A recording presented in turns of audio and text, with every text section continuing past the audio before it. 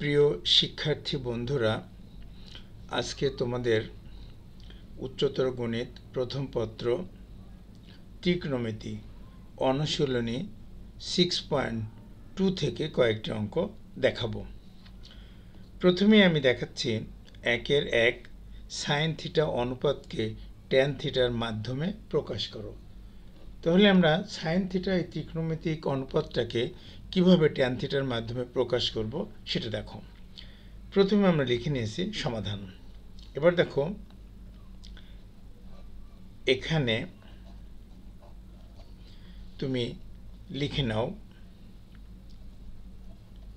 Sine theta.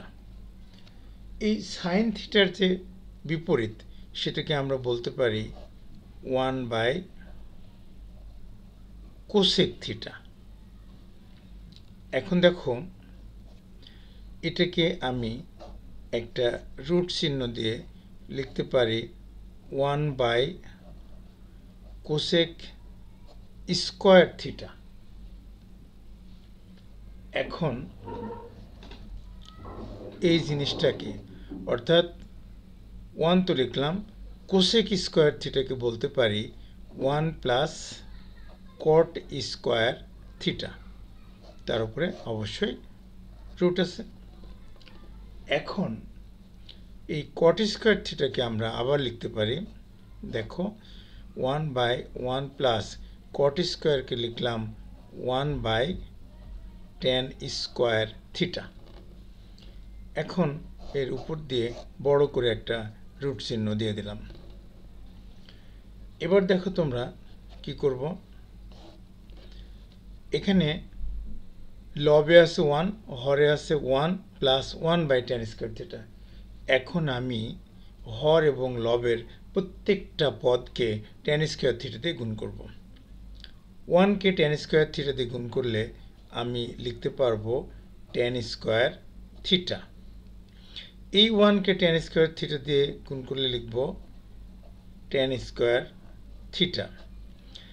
1/tan square theta, এটাকে যদি আমি tan স্কয়ার থিটা দিয়ে গুণ করি তাহলে লিখতে পারি 1। এখন সবার উপর দিয়ে আমি একটা রুট চিহ্ন দিয়ে দিলাম। এখন এই জায়গাটাই 1 প্লাস tan স্কয়ার থিটা বা tan স্কয়ার থিটা একই জিনিস, এটাকে আমি লিখলাম 1 প্লাস tan স্কয়ার থিটা। উপরে যে tan স্কয়ার থিটা ছিল তাকে রুট করলে অর্থাৎ বর্গমূল করলে আমরা বলতে পারি tan থিটা, কিন্তু নিচেরটার উপরে দিয়ে দিলাম।